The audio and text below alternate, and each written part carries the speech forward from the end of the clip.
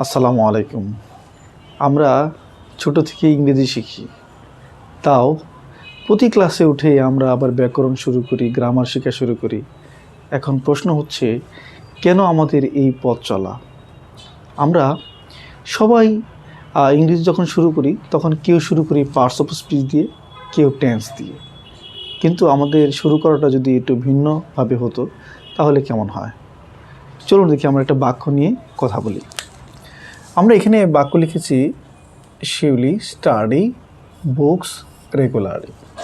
এখন যারা আমরা টেন্স দিয়ে ইংরেজি শেখা শুরু করি, টেন্সের মাধ্যমে ইংরেজি শেখা শুরু করি, তাদেরকে আমি বলবো, আপনারা সবাই বুঝতে পেরেছেন যে এটা রেগুলারলি রয়েছে, তার মানে এটা প্রেজেন্ট ইনডেফিনিট টেন্স।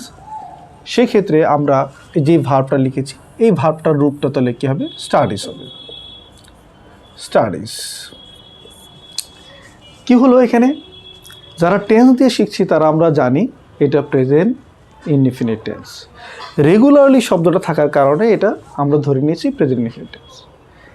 এখন প্রেজেন্ট ইনডিফিনিট টেন্স জানলে পরের কোশ্চেনটা হচ্ছে, সাবজেক্ট যদি থার্ড পারসন সিঙ্গুলার নাম্বার হয়, তার মানে এইখানে শব্দটা আসলো সিঙ্গুলার। এই সিঙ্গুলার শব্দটা আসলো, সাবজেক্ট যদি থার্ড পারসন সিঙ্গুলার নাম্বার হয় তখন আমরা ভার্বের শেষে এসবিএস দেব, যদি প্রেজেন্ট ইনডিফিনিট টেন্স হয়। ওকে, আমরা এতটুকু শিখে নিলাম। দ্বিতীয়ভাবে যদি যারা আমরা মনে করছি যে আমাদের ইংরেজি শেখাটা শুরু করতে হবে পার্টস অফ স্পিচ দিয়ে, তারা আমরা ভাবছি এটা একটা নাউন, এটা একটা ভার্ব, এটা একটা নাউন, এটা হচ্ছে একটা অ্যাডভার্ব।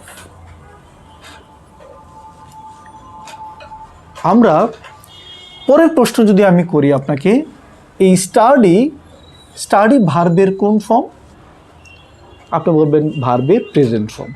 তার মানে এখানে আরেকটি শব্দ রয়েছে প্রেজেন্ট ফর্ম। এখন প্রেজেন্ট ফর্ম,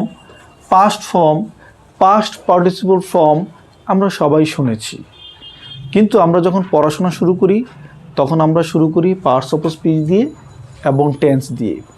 কিন্তু যখনই আমি প্রশ্ন করব যে subject third person singular number, that means আপনাকে সাবজেক্টটা কোন পারসন? Third person. তোমার পারসন সম্পর্কে আমার জানা লাগে। যদি আমি পারসন না জানি তাহলে আমার টেন্স জানাটাই বৃথা। যদি আমি বলি ভার্বের শেষে এস বাই এস আমরা কেন দিয়েছি? Subject third person singular number. তার মানে এই সিঙ্গুলার নাম্বার যখন আমি না জানবো তখন আমার টেন্স দিয়ে শুরু করা বৃথা। কেন বৃথা? কারণ আমি যদি টেন্স জানি, টেন্সের ঘটনা আমার মুখস্থ, বা টেন্স আমি বুঝি কোন বাক্যটা কোন টেন্সে হবে, কিন্তু সেটার ক্ষেত্রে যদি আমরা না চিনি যে ভার্বের কোন ফর্ম বুঝবে, এখানে প্রেজেন্ট ফর্ম না পাস্ট ফর্ম না পাস্ট পার্টিসিপল ফর্ম। অনেক স্টুডেন্টকে আমি দেখেছি যে জিজ্ঞেস করেছি যে ফ্লাই এর পাস্ট ফর্মটা কি, সে জানে না, কিন্তু সে টেন্সের গঠনটা মুখস্থ পারে এবং টেন্সের প্রয়োগটাও সে করতে জানে। টেন্সের স্ট্রাকচার তার জানা, সে বাংলা বাক্য দেখলে বুঝতে পারে যে এটি কোন টেন্স হবে। কিন্তু সমস্যা এক জায়গায়, সেটা হচ্ছে সে স্ট্রং ভার্ব এবং উইক ভার্ব সে জানে না। যতক্ষণ পর্যন্ত সে স্ট্রং ভার্ব এবং উইক ভার্ব জানবে না ততক্ষণ পর্যন্ত সে প্রতি ক্লাসে উঠে টেন্স শিখবে, আবার টেন্সটা ভুলে যাবে। এই যে টেন্স আমরা ছোট থেকে পড়ছি আবার ভুলে যাচ্ছি, এর কারণ হচ্ছে গোড়াই গলত। কেন? আমরা স্ট্রং ভার্ব উইক ভার্ব জানি না এবং আমরা নাম্বার এবং জেন্ডারও জানি না। দেখেন একটি এক্সাম্পল, আমরা পরের এক্সাম্পল লিখেছি, ইল নিউজ মানে খারাপ সংবাদ, রান অথবা রানস ফাস্ট। এখন প্রশ্ন হচ্ছে, এই নিউজ শব্দটা কি সিঙ্গুলার না প্লুরাল? কেন এটা আমরা কেন প্রয়োজন? আমরা যদি টেন্স চিন্তা করি, এটা হচ্ছে প্রেজেন্ট ইনডিফিনিট টেন্স, খারাপ সংবাদ দ্রুত ছড়ায়, এটা হচ্ছে present indefinite tense. Present indefinite টেন্সের আসলেই কিন্তু শুরুতেই একটা কথা আসে, সেটা হচ্ছে সাবজেক্ট যদি থার্ড পারসন সিঙ্গুলার নাম্বার হয় তাহলে ভার্বের শেষে আসবে সব। এখন এই নিউজ শব্দটা কি সিঙ্গুলার না প্লুরাল? আমার কোশ্চেন হচ্ছে এই জায়গায়। যদি আপনি এই কোশ্চেনের উত্তর না দিতে পারেন তাহলে সারা জীবনই আমরা শিখবো আর ভুলবো। প্রতি ক্লাসে গিয়ে নতুন করে শেখা, আবার নতুন করে ভোলা, এবং আলটিমেটলি আমরা যারা ক্লাস 10-এ, ক্লাস 9-এ, ক্লাস ইন্টারমিডিয়েটে যারা পড়াশোনা করি, বা অনেকেই এরও উপরে যারা পড়াশোনা করে, তারাও গিয়ে নতুনভাবে ইংরেজি শেখা শুরু করে।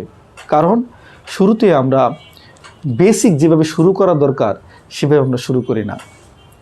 ঠিক একই রকম দেখেন, তাহলে এটা হচ্ছে সিঙ্গুলার, এই সিঙ্গুলার থাকার কারণে এখানে রানস হবে। পরের এক্সাম্পলটা দেখি, the moon has hidden his its হার।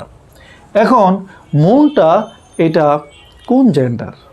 প্রশ্ন হচ্ছে এটা জেন্ডার, কিন্তু আমরা শেখার প্রয়োজনীয়তা মনে করি না, এই জন্য এটা আবার শেখার কি রয়েছে এটা আমরা শিখিই না, গুরুত্বই দেই না।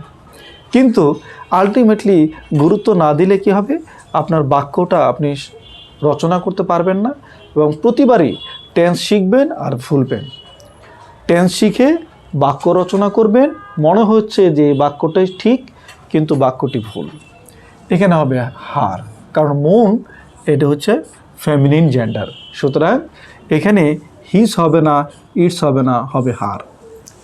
পরে দেখেন, mathematics is or are my favourite subject.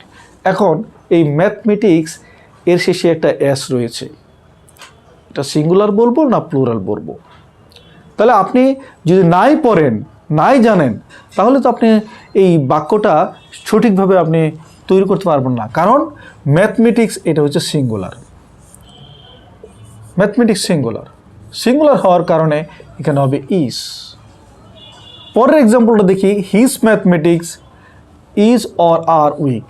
এখন যখনই এই ম্যাথমেটিক্স এই শব্দটা বসলো, এটা হচ্ছে সিঙ্গুলার, কোনো একটা সাবজেক্ট, কোনো একটা বিষয় যদি থাকে, সেই বিষয়টা হবে কি, অলওয়েজ সিঙ্গুলার। সুতরাং এই ক্ষেত্রে আপনি এখানে ইজ বসিয়েছেন কেন, ম্যাথমেটিক্স ছিল, আর এখানে ম্যাথমেটিক্স রয়েছে, তো ম্যাথমেটিক্সের পূর্বে এখানে হিজ একটা কি রয়েছে, প্রনাউন রয়েছে।